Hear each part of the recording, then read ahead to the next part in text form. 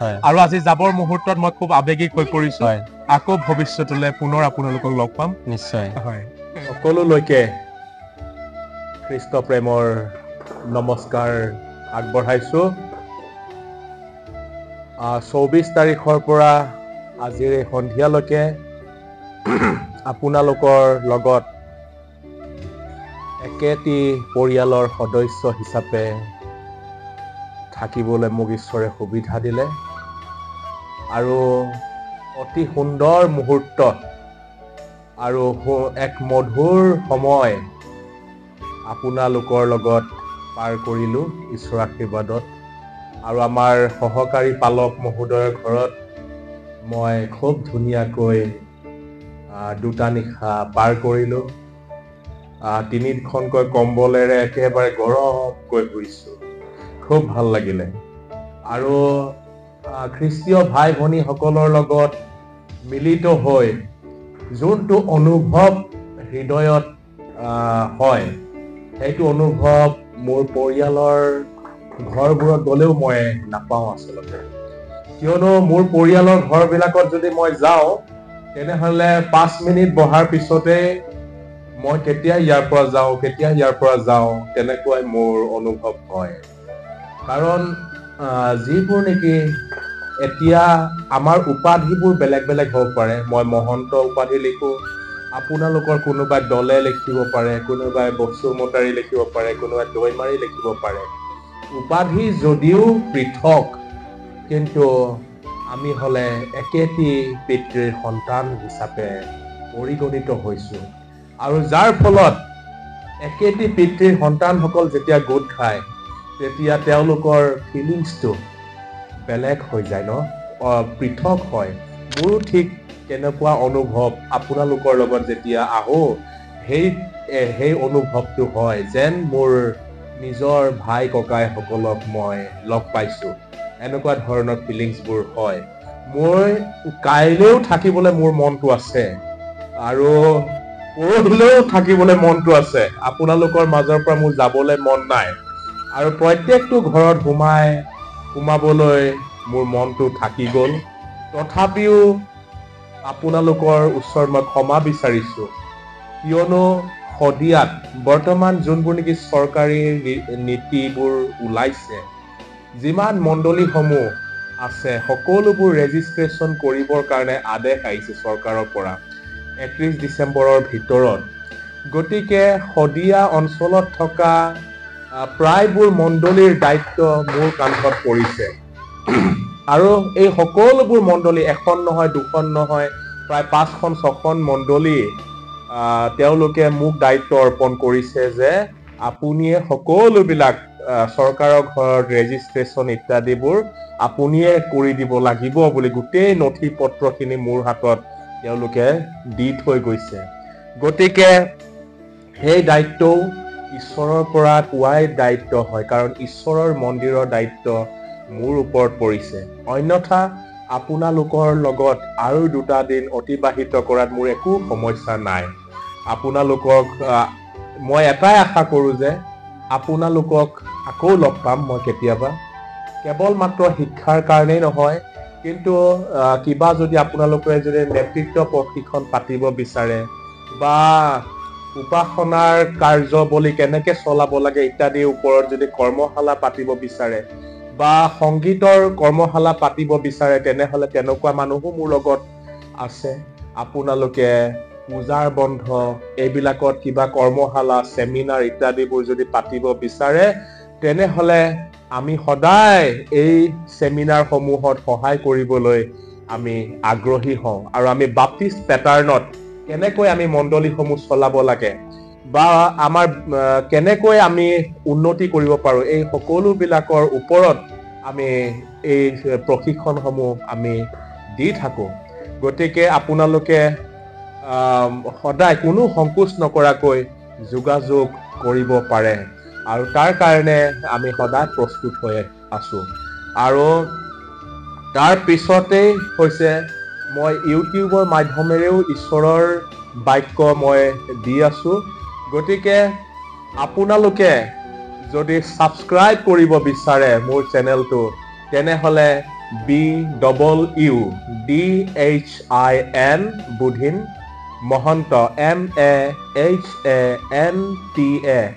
মাৰিলে আপোনালোকৰ আগত সেই চেনেলটো ওলাই পৰিব আপোনালোকে সাবস্ক্ৰাইব বাটনো দবাই দিব লগতে টিলিঙাডালো দবাই দিব যাতে ভিডিঅ'সমূহ আপোনালোকৰ সন্মুখত সহজে ভাহি আহে গতিকে আপোনালোকে যদি মোক পাহৰিব নিবিচাৰে যদি মনত ৰাখিব বিচাৰে তেনেহলে সকলোৱে চেনেলটি সাবস্ক্ৰাইব কৰি দিব বাৰু হে যে কি নহক আমি মূল বচনলৈ ঘূৰি যাও হক আজি দায়ুদৰ নগৰত তোমালোকৰ নিমিতে ত্ৰাণকৰ্তা জন্মিল তেও অভিষিক্ত প্ৰভু এয়া আছিল আমাৰ মূল বচন গতিকে হেয়া প্ৰভু যীশু খ্ৰীষ্টৰ যোনটো জন্ম সেই জন্মটো আকস্মিক নাছিল ই পূৰ্ব পৰিকল্পিত আছিল আৰু সেই বিষয়ে যদি আমি চাওঁ তেনেহলে যিশয়া পুস্তকৰ 7 অধ্যায় 14 পদটো প্ৰভু যীশু খ্ৰীষ্টৰ জন্মৰ বিষয়ে ভৱিষ্যতবাণী কৰা আপোনালোকে দেখিবলৈ পাব অৰ্থাৎ এই সকলোবিলাক ঘটনা আসলতে পূৰ্ব পৰিকল্পিত হয় মৰিয়ম যে কুমাৰীৰ গৰ্ভত যে জন্ম হ'ব হেয়া প্ৰভু যীশু খ্ৰীষ্টৰ জন্মৰ প্ৰায় 600 বা 650 বছৰৰ আগতেই যিশয়া ভাৱবাদীৰ দ্বাৰা ভৱিষ্যতবাণী কৰা এক ঘটনা হয় গতিকে আমি ইতিমধ্যে প্ৰভু যীশু খ্ৰীষ্টৰ কৰ্মবলী তেওঁ কাৰ্যবলীৰ বিষয়ে আমি অৱগত হলো তেওঁ আমাৰ প্ৰকৃত বন্ধু আছিল সেই কথাও আমি গম পালো প্ৰথম নিশাটোতেই যে সংসাৰৰ বন্ধু আৰু ঈশ্বৰৰ ঐশ্বৰিক বন্ধুৰ মাজত পাৰ্থক্য কি হয় তাক আমি খুব সুন্দৰভাৱে আমি জানিবলৈ পাৰিলো লগতে আমি জানিবলৈ পাৰিলো যে আমাৰ ঈশ্বৰৰ প্ৰেমৰ সম্পৰ্কেও আমি জানিবলৈ কিছু কথা অৱগত হ'বলৈ আমি সুযোগ সুবিধা পালো প্ৰেমৰ প্ৰকাৰসমূহ আমি জানিলো আমি সকলোৱে প্ৰেম সম্পৰ্কে কিছুমান নেগেটিভ দৃষ্টিভংগী লৈ থাকো সেই বিষয়েও আমি জানিলো প্ৰেমৰ প্ৰকাৰসমূহ জানিলো বিশেষকৈ আগাপে ফিলিও ষ্টৰ্ছ আৰু এৰোজ এই সকলো বিলাকৰ বিষয়ে আমি গম পালো আগাপে কাক কয় হেয়া বিষয়েও জানিলো ফিলিও কাক কয় তাৰ বিষয়েও গম পালো ষ্টৰ্ছৰ বিষয়েও আমি গম পালো লগতে এৰোজ কাক কোৱা হয় তাৰ বিষয়েও গম পালো গতিকে এইটো নহয় যে প্ৰেম বুলি ক'লে কেৱল মাত্ৰ যুৱক যুৱতীৰ মাজত থকা সম্পৰ্ককে নুবুজায় সকলো প্ৰেমৰে বিভাগবিলাকৰ কথাও আমি গম পালো আৰু প্ৰভু যীশু খ্ৰীষ্টই এই সকলোবিলাক তেওঁ আমাৰ প্ৰতি থকা তেওঁ প্ৰকৃত বন্ধুত্বৰ পৰিচয় দিবৰ কাৰণে আৰু লগতে তেওঁ প্ৰকৃত প্ৰেমৰ বিষয়ে অৱগত কৰিবৰ কাৰণে আজিৰ পৰা 2024 বছৰৰ আগতে তেওঁ আমাৰ মাজলৈ আহিলে আৰু তেওঁ আমাৰ সকলোকে পাপৰ পৰা মুক্ত কৰিবলৈ তেওঁ এই পৃথিৱীলৈ আহিলে কাৰণ এটাই যে তেওঁ আমাৰ প্ৰকৃত বন্ধু হয় আৰু কাৰণ এটাই যে তেওঁ আমাক প্ৰকৃততে প্ৰেম কৰে আৰু কাৰণ এটাই যে ঈশ্বৰে মানুহক বহুত ভাল পায় আৰু তাৰ কাৰণে প্ৰভু যীশু খ্ৰীষ্ট আজিৰ পৰা 2024 বছৰৰ আগতে আমাৰ মাজত তেওঁ বসতি কৰিবলৈ আহিলে আমি মানুহ হিচাপে পাপৰ দাসত্বৰ বন্ধনত আমি আবদ্ধ হৈ আছিলো পাপৰ দাসত্বৰ আমি পাপৰ অন্ধকাৰত আমি ককবকাই আছিলো পোহৰ কি জনা নাছিলো আমি অনন্ত জীৱন কি আমি জনা নাছিলো পাপৰ বেশ মৃত্যু তাক আমি জনা নাছিলো কিন্তু প্ৰভু যীশু খ্ৰীষ্টই আহি আমাক সেই পাপৰ দাসত্বৰ বন্ধনৰ পৰা তেওঁ আমাক মুক্তি কৰিলে আৰু তেওঁ আমাক পাপৰ অন্ধকাৰৰ গহ্বৰৰ পৰা তেওঁ আমাক মুক্তি কৰিলে আৰু তেওঁ আমাৰ কাৰণে ক্ৰুচত পবিত্ৰ তেজ বাকি দিলে আৰু তেওঁ সেই পবিত্ৰ তেজৰ যোগেদি আমি গ্ৰেছ মাৰ্ক পাবলৈ সক্ষম হলো আৰু সেই গ্ৰেছ মাৰ্কৰ যোগেদি আমি আজি স্বৰ্গ ৰাজ্যত স্থান পাবলৈ আমি সক্ষম হলো। আমি ধাৰ্মিক নহয়, আমি সকলোৱে পাপী, কিন্তু আমি সেই প্ৰভু যীশু খ্ৰীষ্টৰ গ্ৰেছ মাৰ্ক পাইছো। আমি সেই গ্ৰেছ মাৰ্ক পাই আজি আমি আৰু নৰকলৈ যাবলৈ নালাগে। আজি আমি স্বৰ্গত যাবৰ কাৰণে আমি স্থান পাইছো। গতিকে এই সকলোবিলাক সম্ভৱ হ'ল কেৱল মাত্ৰ প্ৰভু যীশু খ্ৰীষ্টৰ সেই মহান ত্যাগৰ যোগেদি সম্ভৱ হ'ল। তেওঁ আমাৰ কাৰণে মনুষ্য ৰূপ ধাৰণ কৰিলে, নিৰাকাৰৰ পৰা তেওঁ মাংসত পৰিণত হ'ল। তেওঁ আমাৰ কাৰণে সকলোবিলাক ত্যাগ কৰিলে আৰু তেওঁ আহিলে আৰু আমাক চিৰদিনৰ কাৰণে মুক্তি দিলে। ইব্ৰী 9:12 কোনো সাগৰ বা দামুৰী তেজৰ যোগেদি নহয়, কিন্তু তেওঁৰ প্ৰভু যীশু খ্ৰীষ্টৰ তেজৰ যোগেদি আমি সৰ্বকালৰ পাপৰ পৰা আমি মুক্তি লাভ কৰিলো। গতিকে বলি দিবলগীয়া মানুহ নাছিল, কাৰণ মানুহ আছিল পাপী। সকলো মানুহ পাপী।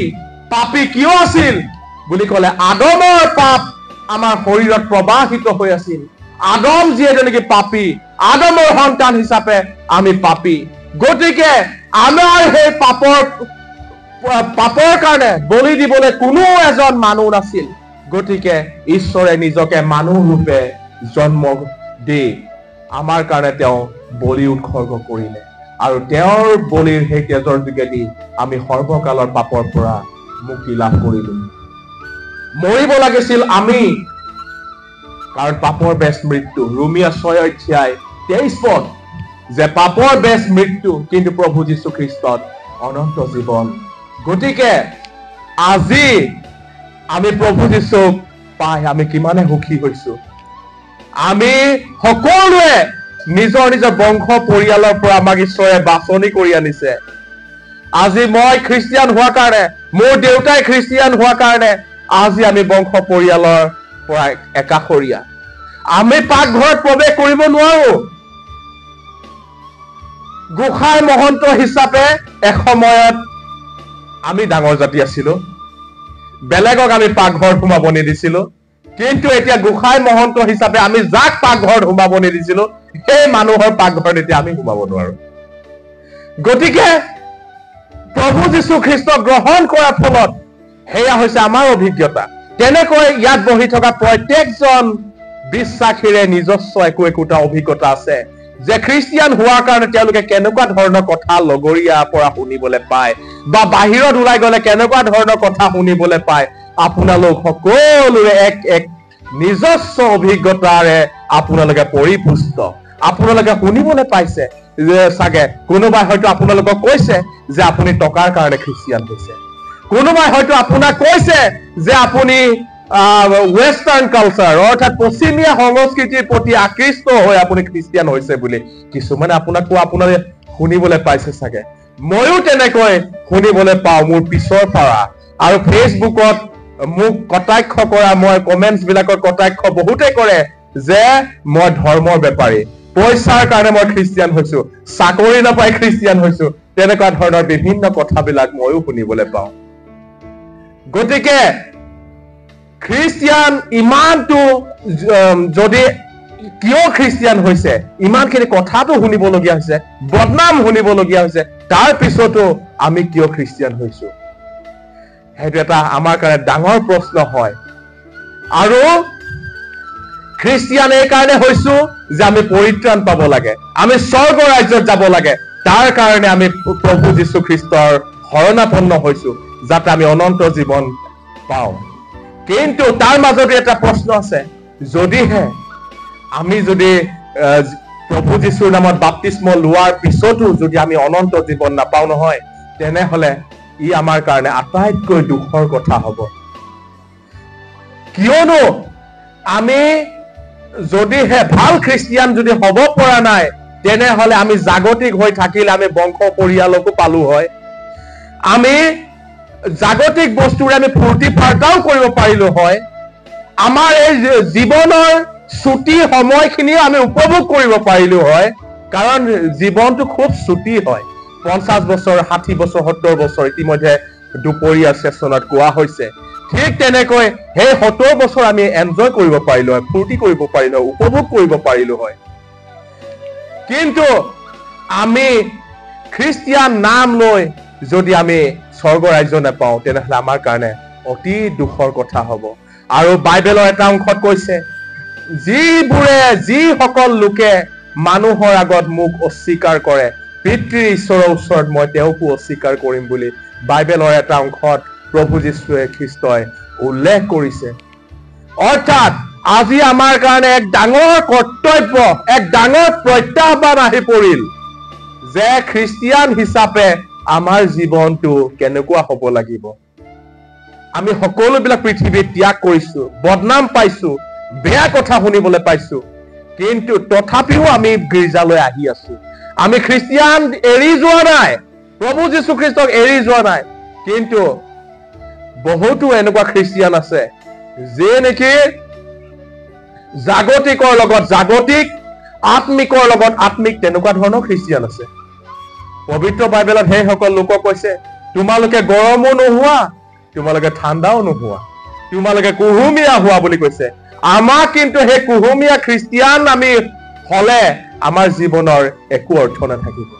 আৰু শেষৰ সময়ত আমি হয়তো পস্তাবলগীয়া হ'ব পাৰে সেই গানটোৰ দৰে যে যি বছৰবোৰ পাপেৰে পুৰ সেইবোৰ ঘূৰি পালো হয়, অৰ্পণ কৰি হাতত যিচুৰ তেওঁৰ ইচ্ছাত চলিলো হয়, যামনে মই সুদা হাতেৰে ত্ৰাণকৰ্তাৰ ওচৰলৈ, দিম নে দেখা সুদা হাতে কোনো ফল নোলোৱাকৈ। এইটো অতি দুখৰ গান নহয় জানো? যি বছৰবোৰ পাপেৰে পুৰ সেইবোৰ ঘূৰি পালো হয়। এনেকুৱা নহওক যে প্ৰভু যীশু খ্ৰীষ্টৰ নামত মই যীশু খ্ৰীষ্টক গ্ৰহণ কৰি মই সময়বিলাক অতিবাহিত কৰি আছো, সময়বিলাক পাছ কৰি আছো, মই এদিন বুঢ়া হৈ গলো, বুঢ়া হৈ মই মৃত্যু হলো, মৃত্যুৰ আগমুহূৰ্তত মই তেতিয়া চিন্তা কৰিম যে সেই বছৰবোৰ যদি মই ঘূৰাই পোৱা হলে ঈশ্বৰৰ কাম কিমান কৰিবলগীয়া আছিল ন। গতিকে আজি ইয়াত ডিফাৰেণ্ট এজ গ্ৰুপ বিলাক বহি আছে, বিভিন্ন বয়সৰ ব্যক্তিসকল ইয়াত বহি আছে। গতিকে আমাৰ বহিবলৈ সময় নাই, সময়ত কিনি লবা বুলি পবিত্ৰ বাইবেলত কৈছে। আমাৰ বহিবলৈ সময় নাই, আমি মিস্ত্ৰী হিচাপে ঈশ্বৰৰ বাক্য দিওঁ হওক, আমি ড্ৰাইভাৰ হিচাপে আমি ঈশ্বৰৰ কাম কৰো হওক। আমাৰ দুজন ব্ৰাদাৰে কি ধুনীয়া গান গাই গল ন। তেওঁলোকে গাড়ী চলাই, গাড়ী ষ্টেৰিঙত তেওঁলোকে গান গাই আজি ইয়াত প্ৰদৰ্শন কৰি দিলে। গতিকে তেওঁলোকে যেতিয়া ঈশ্বৰৰ গান গায়, তেওঁলোকৰ মনত একো বেয়া ভাৱ নাথাকে আৰু ঈশ্বৰে তেওঁলোকক পাৰ কৰাই লৈ যায়। আৰু তেওঁলোকে যেতিয়া তাত কোম্পানীত কাম কৰি আছে, যেতিয়া তেওঁলোকে এজন খ্ৰীষ্টিয়ান ড্ৰাইভাৰ হিচাপে যেতিয়া সৎ পথত থাকিব, তেতিয়া তাতেই শুভবাৰ্তা প্ৰচাৰ হ'ব। তেওঁলোকৰ অন্যান্য ড্ৰাইভাৰ বন্ধু বান্ধৱ থাকিব, তেওঁলোকে বেমাৰ হ'ব, তেওঁলোকৰ কাৰণে তেওঁলোকে প্ৰাৰ্থনা কৰিব, সেই বেমাৰী সুস্থ হ'ব। তাৰ পৰা প্ৰভু যীশুৰ নাম তাতেই এখন ফেলোশ্বিপৰ সৃষ্টি হৈ যাব NHPCতেই। গতিকে আমাৰ ড্ৰাইভাৰ দাদাসকলে ঠিক তেনেকুৱা কাম কৰিব পাৰে। আমাৰ কলেজত পঢ়া ল'ৰা ছোৱালী বিলাকে, খ্ৰীষ্টীয় কলেজত পঢ়া ল'ৰা ছোৱালী বিলাকে কলেজতে ঈশ্বৰৰ কাৰ্য কৰিব পাৰে। যে কোনোবা বন্ধুৱে কব যে আজি বল আমি হেৰিত গৈ ভালুকপুঙত গৈ মদ খাওঁগে বুলি কলে, খ্ৰীষ্টিয়ান বন্ধুজনে যদি বল খাওঁগে বুলি যদি কয়, তেনেহলে তাতেই তেওঁ ঈশ্বৰক বিক্ৰী কৰি দিয়া হৈ যায়, তাতেই ঈশ্বৰক অস্বীকাৰ কৰা হৈ যায়। যে ভালুকপুঙত গৈ যেতিয়া নেকি বিয়েৰ খাম বুলি যেতিয়া কথাষাৰ তেওঁ যেতিয়া নেকি তেওঁৰ বন্ধুক যেতিয়া সঁহাৰি দিলে বল বুলি কোৱাৰ লগে লগে চৈতানে হাঁহি মাৰি দিলে দূৰৰ পৰা, অমুকক মই গিৰাই দিলো, যীশু তুমি তোমাৰ সন্তানক ৰক্ষা কৰিব নোৱাৰিলা, আজি সি মোৰ কব্জাত আহি গল বুলি চৈতানে তেতিয়া হাঁহি মাৰে, বিজয়ৰ হাঁহি মাৰে। কিন্তু সেই সময়ত যদি খ্ৰীষ্টিয়ান বন্ধুজনে যদি কয়, বন্ধু মইতো নেখাওৱেই, কিন্তু তুমিও নাখাবা দেই, এদিন আকৌ সুধিব, বন্ধু তুমি কিয় মই তোমাক ভালুকপুঙত লগ ধৰোঁতে তুমি কিয় মোৰ লগত নগলা বুলি কওঁতে নাই প্ৰভু যীশু খ্ৰীষ্টই আমাক মানা কৰিছে এইটো খাবলৈ, কাৰণ আমাৰ শৰীৰটো হৈছে ঈশ্বৰৰ মন্দিৰ হয়। যেতিয়ালৈকে বেয়া বস্তুবিলাক তাত থাকে, অসুচি বস্তুবিলাক তাত থাকে, পবিত্ৰ আত্মাই আমাৰ হৃদয়ত প্ৰৱেশ কৰিব নোৱাৰে। যেতিয়া কৈ দিয়ে তাতে শুভবাৰ্তা হৈ গ'ল, তেতিয়া সেই বন্ধুজনে এদিন কব যে মই তোমালোকৰ গীৰ্জাত ময়ো যাম বুলি কব ন। তেতিয়া কিমান ভাল কথা, তেতিয়া ঈশ্বৰে ওপৰত হাঁহি মাৰিব, স্বৰ্গ ৰাজ্যত উল্লাসৰ সৃষ্টি হব, কাৰণ এজন হেৰুৱা আত্মাক উদ্ধাৰ হোৱাৰ লগে তাৰ উল্লাস স্বৰ্গ ৰাজ্যত হয় বুলি কৈছে। যদি ঈশ্বৰৰ সন্তানে যদি হাৰি যায়, শয়তানে হাঁহি মাৰে। শয়তানৰ সন্তান যদি হাৰি যায়, তেনেহ'লে ঈশ্বৰে হাঁহি মাৰে। এই দুটা শক্তিৰ মাজত কম্পিটিশ্যন হৈ আছে। কিন্তু শয়তানৰ ৰাস্তাটো খুব আকৰ্ষণীয় হয়, কিন্তু ঈশ্বৰৰ ৰাস্তা আকৰ্ষণীয় নহয়। ঈশ্বৰৰ ৰাস্তা খুব কঠিন হয়। গতিকে আজি আমি আমাৰ কাৰণে প্ৰভু যীশু খ্ৰীষ্টই ইমান উপহাৰ দিয়া দিন হয়, আমাৰ কাৰণে কষ্ট পোৱা দিন হয়, তেওঁ আমাক উদ্ধাৰ কৰিবলৈ অহা দিন হয়। কিন্তু তাৰ কাৰণে আজি আমি তেওঁৰ কাৰণে কি উপহাৰ দিম, এইটো আমাৰ সকলোৰে কাৰণে এক ডাঙৰ বিষয় হয়। আমিওতো তেওঁক উপহাৰ দিব লাগে। কোনোবাই যদি আমাক 100 টকা এটা দিয়ে দুখৰ সময়ত, আমি তেওঁক বহুত ধন্যবাদ জনাও, থেংক ইউ বুলি কিমান বাৰ কটাৰ হিচাপেই নাথাকে গতিকে 100 টকা এটা দিওঁতেই। কিন্তু প্ৰভু যীশু খ্ৰীষ্টইতো আমাক 100 টকাৰ বস্তু দিয়া নাই, তেওঁ আমাক 1000 টকীয়া বস্তুও দিয়া নাই, তেওঁ আমাক লাখ টকীয়াও বস্তু দিয়া নাই। কিন্তু পৃথিৱীৰ সকলোবোৰ ধনী মানুহৰ ধন সম্পত্তি হীৰা মুকুতা সব যোগ কৰিলেও সেই বস্তুটো আমি কিনিবলৈ নোৱাৰো। সেই বস্তুটোৱে হৈছে পৰিত্ৰাণ। তেওঁ আমাক পৰিত্ৰাণ দিছে, কিন্তু তাৰ বিনিময়ত আমি তেওঁক কি উপহাৰ দিম? তেওঁ থাকিবলৈ আন কোনো জেগা নাই। তেওঁৰ ঈশ্বৰৰ জেগাটো হৈছে আমাৰ হৃদয়খন। আমাৰ হৃদয়খনত যদি আমি বেভিচাৰী আত্মাক যদি সুমুৱাই থওঁ, আমাৰ হৃদয়খনত যদি আমি 2 নম্বৰী কাৰবাৰ কৰা যদি আত্মা এটা সুমুৱাই থওঁ, যদি আমাৰ হৃদয়খনক যদি আমি শয়তানক দি দিওঁ, তেনেহলে তাত ক'ত প্ৰভু যীশু খ্ৰীষ্ট সোমাব? গতিকে আজিৰ এই পবিত্ৰ সময়ত প্ৰভু যীশুৱে আমাৰ পৰা এইটোৱে বিচাৰে, আমাৰ হৃদয়খন বিচাৰে, আমাৰ হৃদয়খনক বিচাৰে, আমাৰ হৃদয়ৰ পৰা কু আত্মাবিলাক ওলাই যোৱাটো বিচাৰে, যাতে প্ৰভু যীশু খ্ৰীষ্টই আমাৰ হৃদয়ত বসবাস কৰিব পাৰে। গতিকে এতিয়া আগন্তুক নতুন বছৰো আহি আছে। গতিকে আমাৰ পৰিকল্পনা হ'ব লাগিব, পুৰণিবোৰ যি হ'ল, কিন্তু নতুন বছৰত নতুন সংকল্প। আমাৰ এটাকৈ যিমানবোৰ শয়তানৰ প্ৰবৃত্তি আছে আমাৰ শৰীৰত, যিমানবোৰ শয়তানৰ মনোভাৱ আছে, তাক আমি একোটাকৈ খেদি পঠিয়াব লাগিব। যে কাৰোবাৰ হয়তো মানুহ বেয়া নহয়, কিন্তু তেওঁৰ মনত শয়তানে আচলতে বেয়া ভাৱ প্ৰদান কৰে। যে মহিলাসকলৰ যদি কোনোবা পুৰুষৰ সৈতে যদি মেছেঞ্জাৰতে হওক, হোৱাটছআপতে হওক যদি অভ্যাস আছে, মেছেজ খেলাৰ অভ্যাস যদি আছে, টাইম পাছ কৰাৰ যদি অভ্যাস আছে, সংকল্প লওক যে হে বেভিচাৰী আত্মা, তুমি মোৰ পৰা দূৰ হোৱা। সংকল্প লওক তেনেকুৱা ধৰণে। পুৰুষসকলেও যদি নিজৰ ভাৰ্যা থকাৰ পিছতো বেলেগ নাৰীৰ প্ৰতি যদি চকু গৈ আছে, সেই পুৰুষসকলেও সংকল্প লওক, ফাষ্টিং লওক তাৰ কাৰণে। ফাষ্টিং মানে এইটো নহয় যে মই আজি ভাত নাখালো, এইটো ফাষ্টিং নহয়। ফাষ্টিং মানে হৈছে মোৰ শয়তানৰ অভ্যাসবিলাক, শয়তানৰ আত্মাবিলাক খেদি পঠিয়াই ঈশ্বৰৰ স্বভাৱক মোৰ ভিতৰত সোমাবলৈ দিয়াটোহে আচলতে ফাষ্টিং হয়। ফাষ্টিং মানে মই ভাত দাইল নোখোৱাটো নুবুজায়, সেইটো আমি মাত্ৰ লঘোণ দিছো, এটা সাজ ভাত আমি নাই খোৱা। কিন্তু সেনেকুৱা ভাতটো নোখোৱাৰ পিছত আকৌ ভাতটো খোৱাৰ পিছত যেতিয়া গাত শক্তি আহে, তেতিয়া আকৌ মানুহটোৰ মনটো বেয়া ফাললৈহে ঢাল খায়। কিন্তু ফাষ্টিং এইটো হ'ব লাগে যে ফাষ্টিঙত শয়তানৰ স্বভাৱটো গেট আউট কৰিবলৈ আমি পাৰিব লাগে, গেট আউট কৰিব লাগে। তাৰ জেগাত ঈশ্বৰৰ গুণ এটা আনি আমি ইনষ্টল কৰিব লাগে আমাৰ হৃদয়খনত। আৰু যেতিয়া আমি সেইটো কৰো, তেতিয়া আমি লাহে লাহে লাহে লাহে লাহে লাহে আমি ঈশ্বৰৰ সু সন্তানত আমি পৰিণত হবলৈ সক্ষম হম। গতিকে বৰ্তমান সমাজত আটাইতকৈ ঘৃণনীয় যোনটো চলি আছে সেয়া হৈছে আমাৰ বেভিচাৰ। বৰ্তমান সমাজত যেতিয়াই আমি ফেচবুক মেলি লওঁ তেতিয়াই আমি দেখিবলৈ পাওঁ, নিউজ বিলাক ওলাই পৰে যে 3টা সন্তানৰ মাতৃ তেওঁ গুচি গ'ল, আৰু 2টা সন্তানৰ পিতৃ তেওঁ আকৌ বেলেগ এজনী লৈ আগৰজনীক উলিয়াই দিলে। সেইবিলাক বাতৰি আমি দেখিবলৈ পাওঁ। সেয়া হৈছে সদম গমোৰাৰ নিচিনা বৰ্তমান সমাজটো হবলৈ ধৰিছে। আৰু ডেকা ল'ৰাসকলৰ মোৰ যিবোৰ নেকি ভাইটিৰ দৰে হয়, তেওঁলোকৰ কাৰণেও লাইফ পাৰ্টনাৰ ঈশ্বৰে দিছে। তেওঁলোকে কোনো মানুহৰ ভাৰজাক চকু দিবৰ কাৰণে তেওঁলোকৰ মন হ'ব নালাগে। যদি সেইটো মন হৈছে তেওঁলোকে ফাষ্টিং দিয়ক, তেওঁলোকে আত্মিক ফাষ্টিং দিয়ক, কেৱল মাত্ৰ ভাত দাইলৰ ফাষ্টিং নহয়, কিন্তু তেওঁলোকে আত্মিক ফাষ্টিং দিয়ক। হে বেভিচাৰী আত্মা, তুমি মোৰ পৰা দূৰ হোৱা,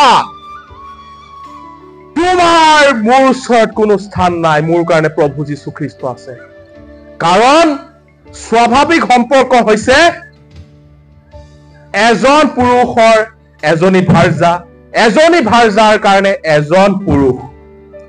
আৰু ডেকা ল'ৰাসকলৰ কাৰণে তেওঁলোকৰ সমান বয়সৰ বা তেওঁলোকতকৈ 4-5 বছৰ সৰু ভাল ছোৱালী আছে, হয় নাই?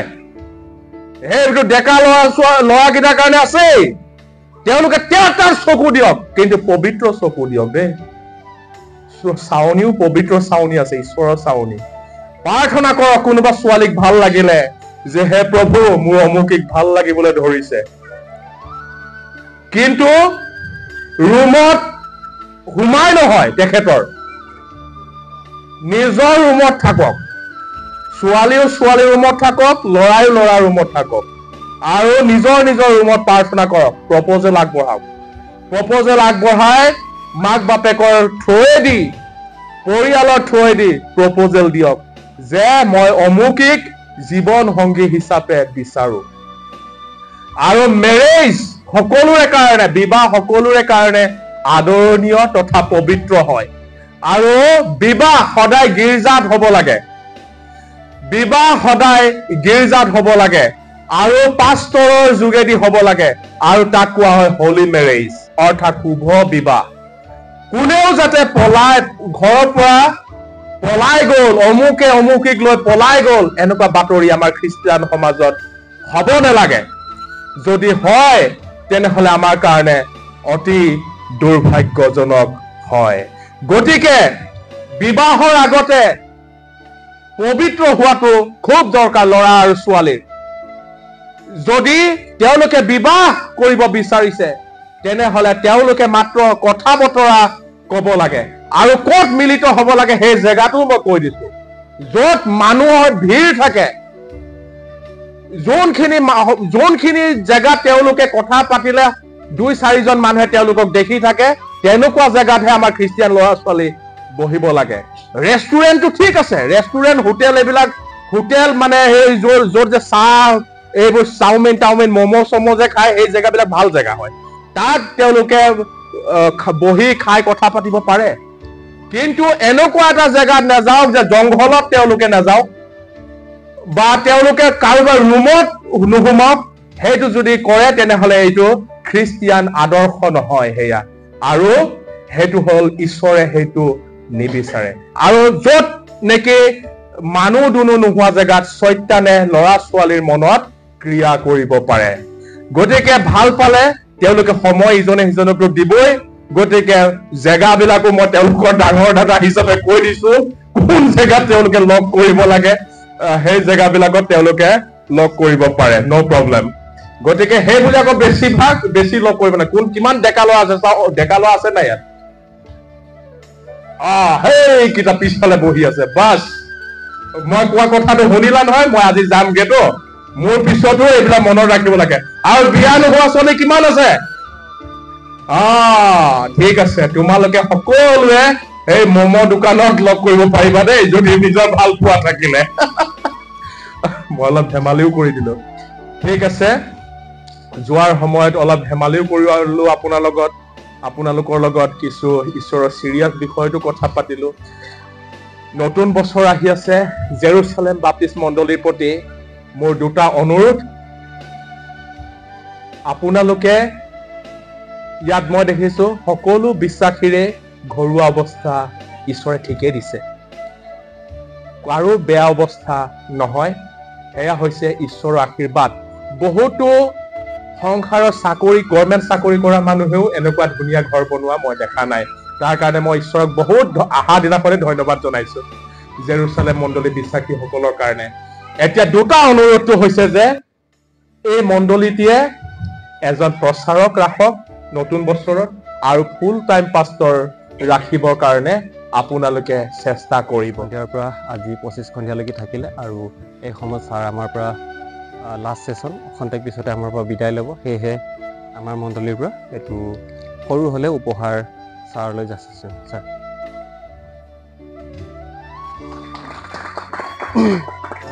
ধন্যবাদ। আমি আমাৰ ছাৰৰ যোগেদি আমি বিভিন্ন ধৰণৰ খুব ধুনীয়া ধুনীয়া বাইবেলৰ কথাখিনি শুনিলোঁ, আৰু আজি শেষ মুহূৰ্ত খন্তেক পিছতে আমাৰ পৰা ছাৰ গুচি যাব।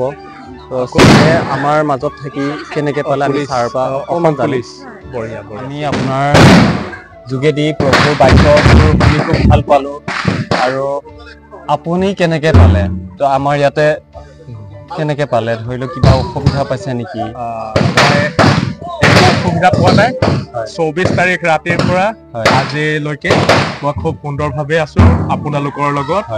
আৰু লগতে এনেকুৱা অনুভৱ হৈছে যে মোৰ একে পিতৃ মাতৃৰ ককাই ভাইৰ লগত মিলিত হোৱাৰ দৰে অনুভৱ এটা হৈছে। আৰু আজি যাবৰ মুহূৰ্তত মই খুব আৱেগিক হৈ পৰিছো। আকৌ ভৱিষ্যতলৈ পুনৰ আপোনালোকক লগ পাম নিশ্চয়। হয়, ধন্যবাদ। ঈশ্বৰৰ আশীৰ্বাদ।